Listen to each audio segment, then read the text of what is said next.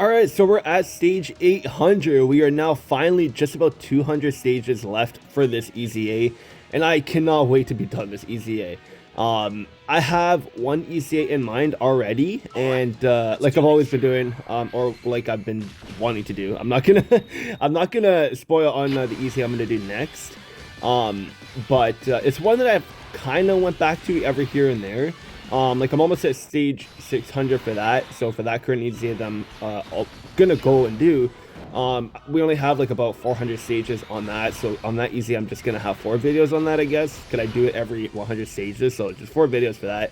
But yeah, it's gonna be fun, that one. I'm looking forward to that. But I decided to change my team for this Gogeta EZA again, just because Hurugard was really pissing me off. He was really getting on my nerves, because like no matter what, like I had four battles, I was like constantly dying with Hurugard every single time.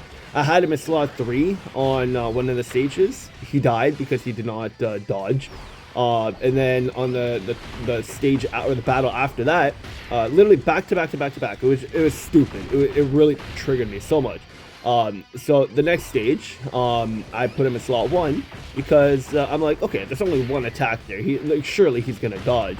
He did not dodge, and it was a super attack. So I was like, okay, great. He took like 1.5 million damage. I'm like, awesome. Like that really triggered me even more. And then the battle after that, I'm like, okay, there's only one attack in slot 2.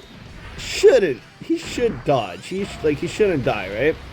Every attack was a normal besides slot 2 where Hurugard was attacking and was a super and he did not dodge. So I was like, okay, you know what? I'm like, let me go back to my other team that I started off with this EZA with and just have an easier time. Like, even if it takes me a little bit longer, I'm just gonna stick to this team because like this team, they have a lot of turn 1 or slot 1 characters that can be defensively good, and I don't have to worry about any of them or anybody on the team. Because I have Beerus, I have AGL Golden Frieza, and then obviously I have the 2 Tech Brolys that I could put in slot 1 too.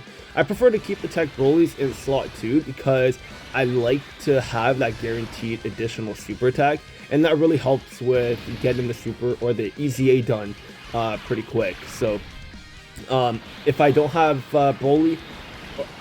if I don't have Beerus, or if I don't have Golden Frieza, then I'm just gonna put Tech Broly in slot 1. So that should also be fine. But regardless, like Beerus, even though he's a super type at the moment, or not at the moment, but like even though he's a super class, he's still able to do some damage.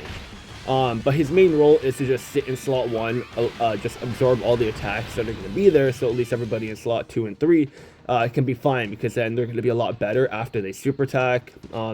Excluding Broly though, Tech Broly, because like we know what he can do, he's really good. But like Janemba, Int Broly, the one that I brought as well, the EZA Int Broly, the Saiyan Day one, he's going to be better. AGL LR Broly is going to be better after he super attacks as well. So just having Beerus and AGL Golden Frieza there is going to help a lot with making the team a lot more safer. So I don't have to rely on having slot 2 or 3 characters be in slot 1 where they can have a higher possibility of dying. Because AGL Broly now at this point, if I put him in slot 1, he's easily going to be taking like 150,000 per normal or something like that. So I'd rather not do that. So that's why I just wanted to put AGL Golden Frieza and Beerus back on the team, just so at least I could have a safer time and an easier time with going through this EZA, because we are closing in on 999. So Gogeta's attack, with normal attack, is already closing in on 700. So it is not smart to kind of play around with slot 2 and 3 characters being in slot 1. So I'm like, okay, you know what?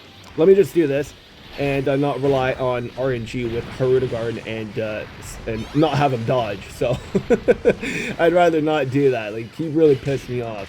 But Golden Frieza, like, he can be okay damage wise after he gets hit a certain amount of times, because then after he gets hit, I think 9 times, like 6 times or something like that, a certain amount of times he gets a damage increase as well. But you're not really gonna get that if like it's all RNG for that, because you don't know how many times the bosses are going to attack you, so it's whatever. But I think this is going to be the team going all the way to 999 now. I said my other team was going to be all the way through, but Hoodigard was really pissing me off, so I was like, you know what, let me just take him off. And because I don't have anybody else that can go on uncontrollable power with the Imp Broly with the domain, so I just want to come back to this team. So it is what it is. But this team still can beat it in like 2 minutes or less, depending on who I get in turn 1. So that could still be a thing too. So it's not bad. Like this team, it's a little bit longer, but not anything like too crazy where I'm going to be sitting there like 5 minutes per stage. And Gogeta still doesn't have that much HP. Like he only has like 66 million HP at the moment for stage 800. So it's really not that bad.